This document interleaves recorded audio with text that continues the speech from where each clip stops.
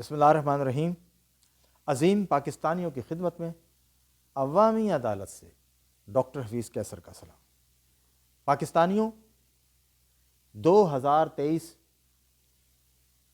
ختم ہو چکا ہے اور 2023 دنیا کی تاریخ میں فلسطینی مسلمانوں کے قتل عام کا سال ہے، اور یہ قتل عام تاحال جاری ہے۔ 2023 میں اقوام متحدہ نے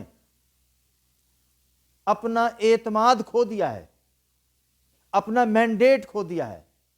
2023 میں سلامتی کونسل ناکارہ ثابت ہو چکی ہے۔ اس ادارے نے فلسطینیوں کے حق میں کوئی اہم فیصلہ نہیں کیا، وہ بھی ناکام ہو گیا۔ اور 2023 میں روم میں بیٹھے ہوئے پوپ فرانسس بھی ناکام ہو گئے۔ انہوں نے بار بار یہ کہا کہ جنگ بندی کر دی جائے، نہتے فلسطینیوں کا قتل عام بند کیا جائے، لیکن ان کی آواز بھی کسی نے نہیں سنی۔ یہ ہے عالمی سیاست میں گراوٹوں کی انتہا۔ جواب میں کیا ہونے جا رہا ہے؟ جواب میں یہ ہونے جا رہا ہے کہ نیتن یاہو ظلم اور بربریت کا ایک ایسا کردار سامنے آیا ہے جس کو عالمی اداروں نے، عالمی میڈیا نے، ٹائم جیسے ادارے نے یہ کہا ہے کہ وہ اس سال کا کلر ہے، دہشت گرد ہے۔ اس کا ساتھی کون ہے؟ اس کا ساتھی امریکہ کا صدر جو بائیڈن ہے۔ جو بائیڈن کہہ رہا ہے کہ قتل عام جاری رکھو، عربوں کو میں نے سنبھال لیا۔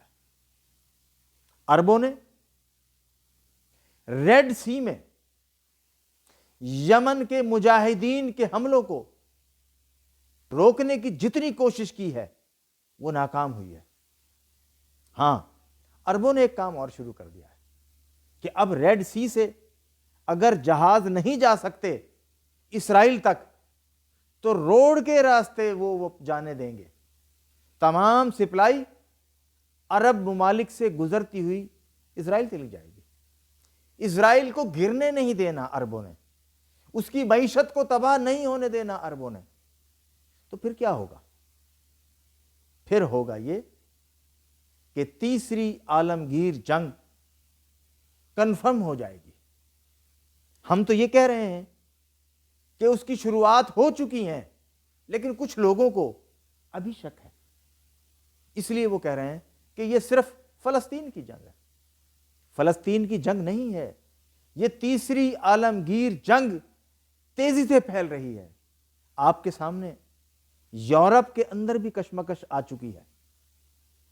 یورپ کے کچھ ممالک ایک دوسرے کے سامنے آ رہے ہیں، اور امریکہ مکمل طور پر یورپ پر اپنی بالادستی قائم کرنا چاہتا ہے۔ نتیجہ کیا ہوگا؟ جب یورپ اپنے وسائل آنکھیں بند کر کے امریکہ کی خواہش پر نہیں جھونکے گا، نتیجہ پھر ایک اور جنگ ہوگی۔ جس طرح یوکرین میں جنگ ہو رہی ہے، اس طرح جنگ کا دائرہ مختلف شکلوں میں پھیلتا چلا جائے گا، اور ایک عالمگیر جنگ کا نقشہ دنیا کے سامنے آ جائے گا۔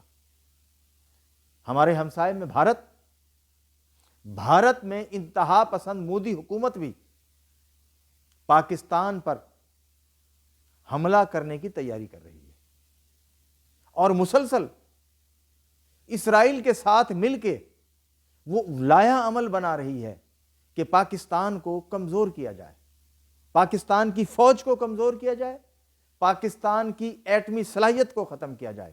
اس پہ کام ہو رہا ہے۔ اب سوال یہ پیدا ہوتا ہے کہ پاکستان میں ایک الیکشن کی تیاری ہو رہی ہے کہ فروری میں الیکشن کرا لیا جائے۔ کیا یہ الیکشن پاکستان میں انتشار بڑھائے گا، مسائل حل کرے گا، یا تباہی لائے گا؟ آرمی چیف نے تو بڑی کھلی بات کی ہے کہ قوم کو یکجان ہونا چاہیے۔ حافظ صاحب، آپ صاحب بصیرت آدمی ہیں، آپ جانتے ہیں کہ قوم کو تقسیم کرنے والا پارلیمانی نظام ہے، قوم کو کنگال کرنے والا پارلیمانی نظام ہے۔ آپ کو اس سے نجات دلانی ہوگی۔ اگر یہ قوم پارلیمانی نظام سے چھٹکارا پالے تو ہم سب بہتری کی طرف چل پڑیں گے۔ آج نہیں تو کل آپ کو یہ کرنا ہوگا، آپ کے ساتھیوں کو وہ فیصلہ کرنا ہوگا کہ پاکستان کو کھڑا کرنا ہے تو پھر انتشار کی سیاست ختم کرنا ہوگی، گروہی سیاست ختم کرنا ہوگی، نفرتوں کی سیاست ختم کرنا ہوگی، یکجا کرنے والی سیاست کا آغاز کرنا ہوگا۔ اور یکجا صرف اور صرف صدارتی نظام کر سکتا ہے۔ صدارتی نظام کے تحت جو حکومت قائم ہوگی وہ اس وقت عالمی سیاست میں کوئی کردار ادا کر سکے گی، وہ مضبوط طاقتور حکومت ہوگی، وہ جنگ کی صورت میں بھی پوری قوم کی نمائندہ جماعت ہوگی، وہ جنگ کی صورت میں نمائندہ حکومت ہوگی، پوری قوم اس کے پیچھے کھڑی ہوگی، فوج اور عوام ساتھ کھڑے ہوں گے، پھر وہ جنگ پاکستان کے بہتر مستقبل کی بن جائے گی۔ اور اگر یہ انتشار جاری رہا تو پاکستان میں روٹی کا بحران شدید تر ہو جائے گا۔ یہ ٹھیک ہے، آپ کے کچھ اقدامات ایسے ہیں جس سے معاملات سنبھلنے ہیں، لیکن یہ کافی نہیں ہے۔ آپ کو بڑے فیصلے لینے ہوں گے، اور بڑے فیصلے اسی صورت میں ممکن ہے کہ جب پاکستان میں قانون کی بالادستی قائم ہو۔ بلا امتیاز قائم کر دیجئے، جو مجرم ہے، جس نے دولت لوٹی ہے، ان سب کو کٹہرے میں لے آئیے۔ الیکشن تو ہوتے رہتے ہیں، لیکن یہ موقع کبھی کبھی آتے ہیں کہ جب قوم اجتماعی طور پہ یہ کہہ رہی ہو کہ ہمیں کرپٹ نظام سے نجات چاہیے۔ ہمت کیجئے، قوم آپ کے ساتھ کھڑی ہے۔ اللہ حافظ۔